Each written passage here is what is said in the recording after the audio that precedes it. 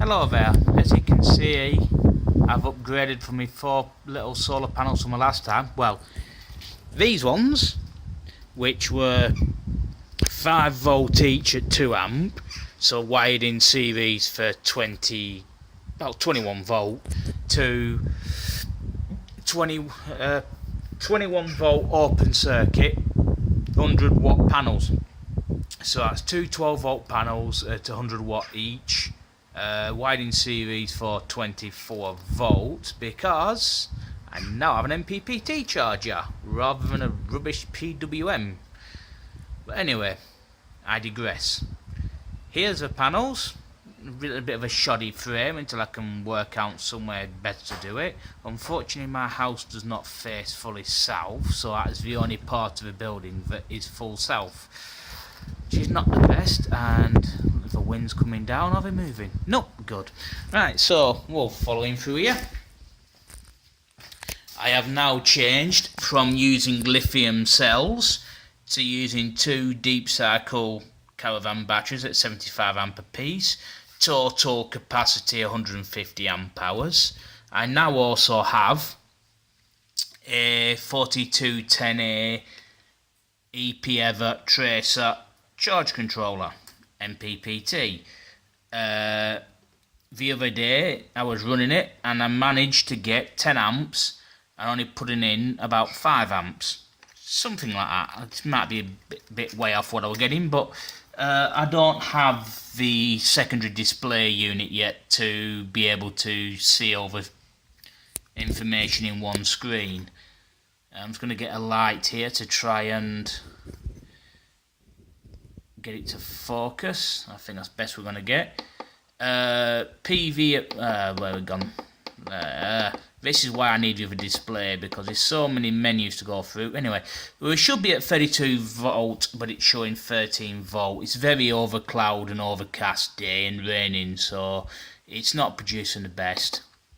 I've got 0.8 of an amp coming in. I've produced 1 kilowatt since Wednesday, and we are now on Sunday. Battery is at 12.3 volts. The battery is currently receiving 0.8 amps, so the battery is receiving all the power the solar panels putting out at the moment.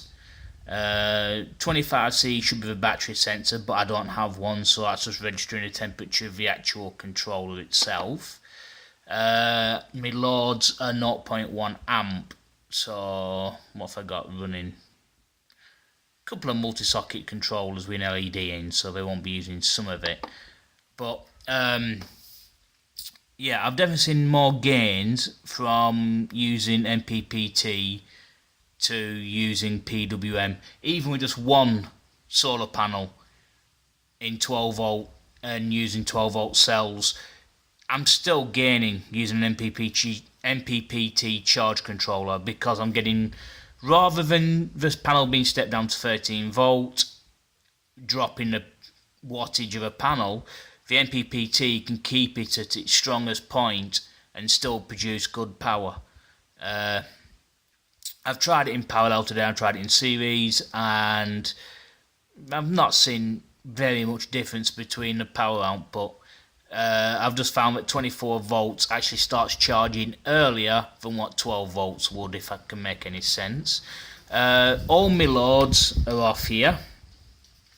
They are, in my previous videos you'll see I have a bedside light. Well, some sockets either side at bed. They are still the same standard. I also have a wire running off over here, which runs across. Don't mind me room, it's supposed to be a living room, but to me it's a garage. I spend most of my time at my computer researching. This wire comes here to the 5 volt step down converter. This runs my little wireless repeater. I have permission from next door to use their internet to save on costs. At the moment that connects via wireless to my computer for everyday use. When I need to do and upload a video, I'll use the Apple and I'll wire directly to get the best performance. Still some subjects to go and experiments. One of my experiments is I recovered the internals from a boiler, a wall mounted boiler.